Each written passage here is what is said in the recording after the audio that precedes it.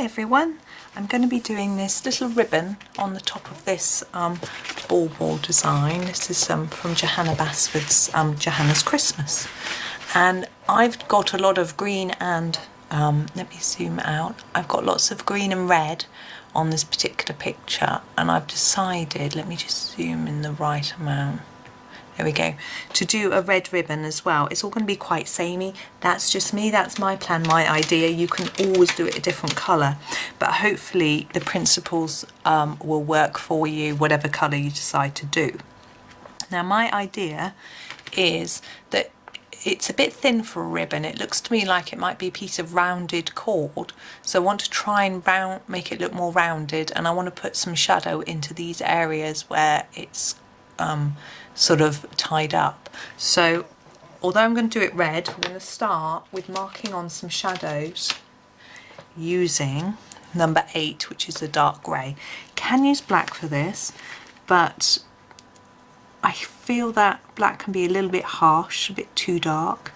So you see I'm going straight in here where Johanna's drawn some little lines where the cord would be slightly pulled together, and then I'm going to take it lighter further up, you see, and we're going to go along the edge of here as well, and I'm actually colouring on top of the black line and then fading it into the middle, and the same on this side. I hope you can see. I think you can. I've tried to not zoom it in or else too much, or else my hand will go out of shot and I'll forget that you can't see.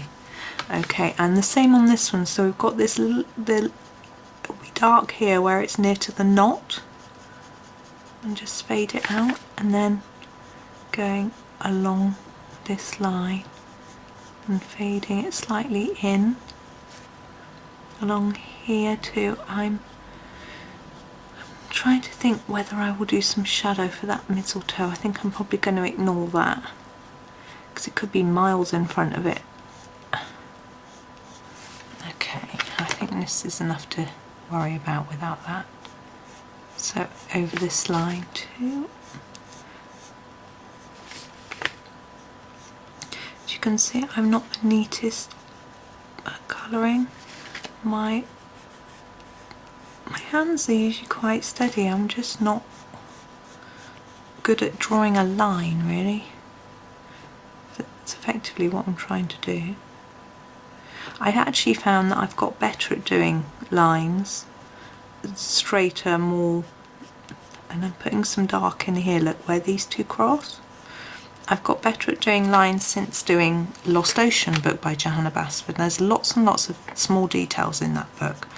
So on some of the pictures I completely cheated, and I got out my gel pens, or my felt pens actually, my fine liners, and just went over what Johanna had drawn. And that was it, because it just felt like some of the areas were too small to colour, and I was rather daunted by it. There is a flip through of Lost Ocean on my channel.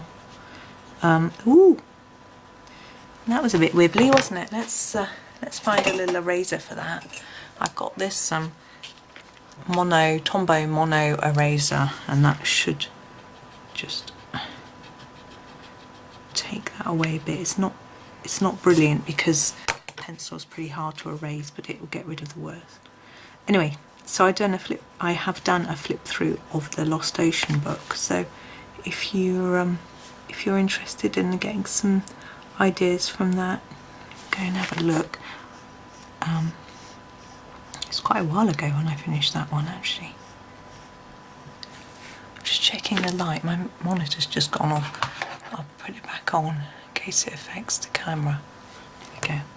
So this side is very much the same. So a little bit here where those two touch, and then concentrating more on the edge. I don't know why I'm going down to the bottom. Can you see? Yeah. Somehow my hand just decided it wanted to go down there. But it's the same basic thing. We need to do the whole thing effectively. Now, the reason for making it dark on the edge is I want to make it look like it's more three-dimensional, more rounded. So when we add the red, there will be some a bit of work to do as well with how hard I press in the different areas. So towards the middle I will try and be lighter than on the edge, and I'm really hoping it will work and give us a sort of three-dimensional look, but I have to be patient and wait and see. As you can tell, I haven't tried this before in this specific way. I have got the effect before with different things, but I don't always use these pencils, and I haven't tried it on this picture. I don't practice before I come on, I just go for it. I sometimes look at things for inspiration, or sometimes even have a guide picture. I don't tend to use other people's colouring as a guide when I'm doing videos, because I don't want to risk pinching their ideas and plagiarising them as such, but I do. I'm going to use number 29, which is the red. But I do sometimes get pictures of things from real life. So if I'm doing a particular flower, I might get a picture of that flower up. So what I'm going to do now is I'm going to take a fairly light layer through. I'm actually layering up a bit here where we want the shadow, but I'm going to take a light layer through the whole thing first. Oh, and then work on each side, putting more colour down where we put the dark, going on top of that grey layer. Not sure what to do at the bottom, I shall leave it for now. And then on this side, and hopefully there'll be a little gap in the middle, and that will hopefully make it look more rounded. I'm not sure whether it does yet. We'll keep layering it up. So you need quite a sharp pencil for this, and you need to make sure that you take the red right to the edge, so right to the black line. I say try not to go over the line, but that's pretty hard and I won't achieve it. And the same on this side.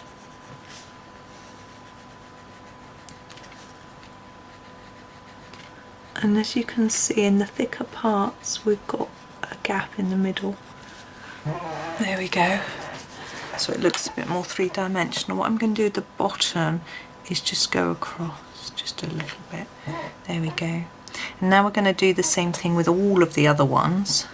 I haven't done this middle bit yet. I need to put some grey in there, but I wasn't quite sure what I was going to do with it, so I procrastinated. So I'm going to use a different method for this one. Instead of going all over it in red first, I'm going to just start with a harder layer of red here and then bring it towards the centre gently in a smaller amount. I don't think it really matters which method you use, as long as you've got red on every part and you've got a darker on the outside than the inside.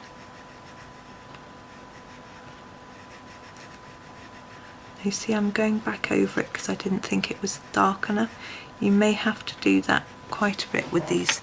I find that some pencils you do have to keep going back over just until you get the effect that you want. And that's okay. I prefer building up light layers. It's what I'm used to because I also use polychromos, and you have to do the same thing with those. It just allows me to develop the idea in my mind as I'm colouring, really. So there's the next one. And now we're going to do this big loopy bit. It's all the same. So darker here in the middle. And darker along each edge. And then lighten it towards the middle, making sure you do a little bit in the middle. Don't want it white. Well, you could, but I in my head this isn't a hugely shiny cord, it's just it's like a cotton, so it's not foiled or metallic in my head, but you can obviously do yours however you wish.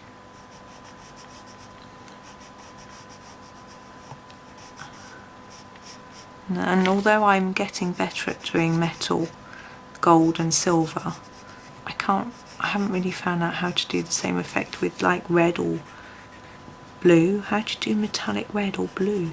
I find if I try and do it, it just looks like a gemstone rather than a metal thing. You can't see. Let's go in from this side. So then we're just doing quite a lot here. I'm not worrying about the edge. Oh, sorry, this is an awkward angle for me, so it's looking a bit messy. There we go. So there's that one. And I'll do this middle one here. So dark here. And on this side. And then a lighter bit here and here. And just build up the colour until you feel that you're happy with it. And this last loop until we tackle that middle bit.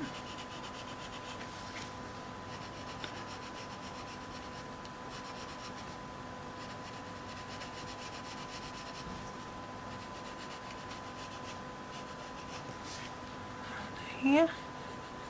Now you might want to do your shadowing a little bit different too, depending on, see I'm just trying to concentrate on making it look a little bit more rounded, but you might want to do it so that maybe it's more shadowy here and under here, whereas it might be catching the light up there. So it all depends on what sort of effect you want, and I find getting the light right can be quite tricky, because people say, oh, you just imagine where the light source is coming from and then do it like that, but they make it sound so easy, and I don't find it particularly easy. So what I try and do is I don't necessarily think too much about the light source. I just and I deal with each item individually, so it probably doesn't always work or look realistic, but you know, don't worry too much. And often if I do think about a light source, I just imagine it's going straight ahead. I'm trying to do this so you can see. So I'm putting more, adding an extra layer under there, and I'm going to add an extra one up here as well. There we go. Now this bit where the knot is, this bit's going to be lighter because it hasn't got any shadowy bits around it like these other parts have, but it's still going to be a little bit darker under here and where they cross. So I'm going to get my grey again, which is the number 8. Gosh, I just realised how blue it looks in this light, and just do a little bit here and then a tiny bit under here. Yes, the light isn't brilliant today. It's really dark and it's raining. I've put my lamp on and I think it's making the page look a bit glary. But I'm afraid if I put my ceiling light on, this is the same red colour by the way, I find that it makes everything, because it's behind me, everything shadows. So you can see the shadow of my hand, my body, everything, and it just doesn't work at all. So what I'm doing is I'm going over the darker areas more, and I'm also leaving a lighter part at the top here, because I think, you know, it'd be more shadowy underneath, I guess. There we go. I'm going to go back over some of these dark areas again, just until I'm happy with them.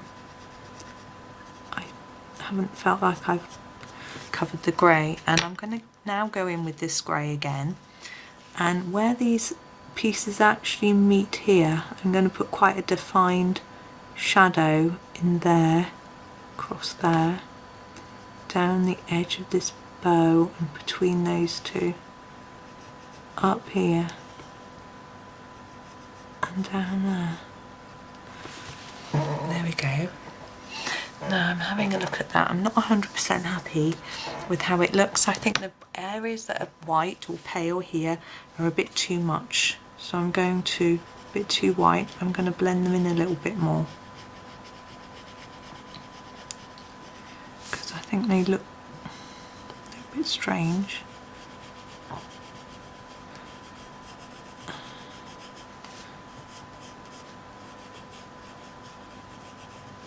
That's better. I'm happier with that now.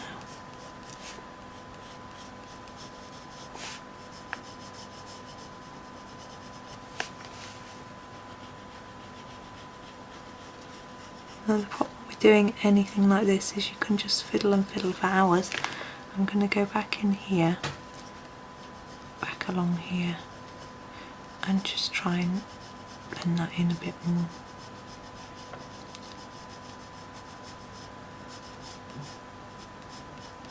That's better. I'm much happier with that. So I'm going to do the same here. So we're going to end up repeating on every bit. So I'm pressing much harder on this outside edge than I did last time. I'm still using a gentler pressure as I come towards the middle, but I'm leaving, you know, I'm not leaving it as pale as I was before. There's quite a lot of white there.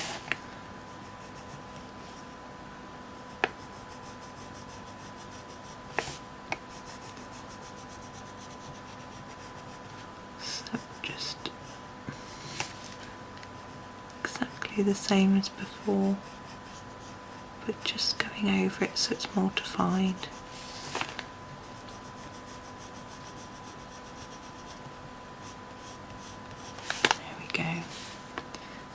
Of red on the paper there. I'm just going to get the rubber and try and gently erase that a little bit.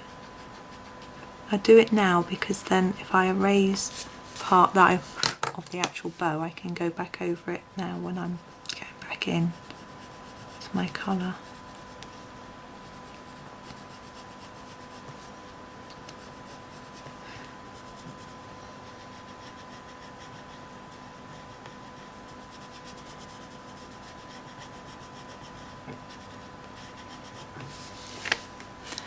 See, just about.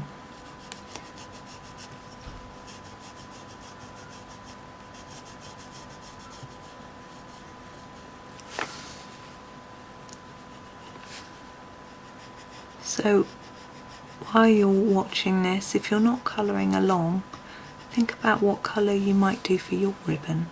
Are you going to do it red? Or are you going to do it a different colour? I can't remember what colour I did it in my last book. I did my ball orange, but I'm not going to do that this time. I wanted it to look sort of metallic orangey, but I could do something different this time. There we go. I'm just going to work on this last one again. Now if it's a wider piece to colour, it's a bit easier because you've got more space to add in different layers of colour and amounts of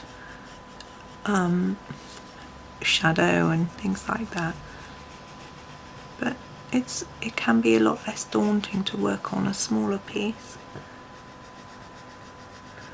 I feel.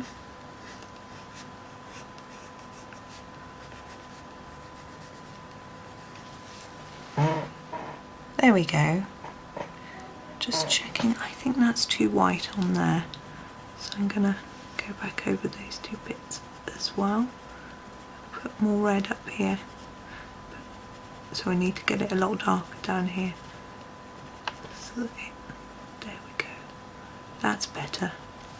Yes, I'm much happier with that. So there we go. So that second layer, I feel, has made a big difference. It might be quite hard to see on the camera, but if you do it and have a go, you'll probably see the difference yourself. So there we go, and there I am, still faffing and fiddling with it. But hopefully that made some sense, and hopefully you enjoyed that video. So thank you very much for watching, and I'm happy colouring.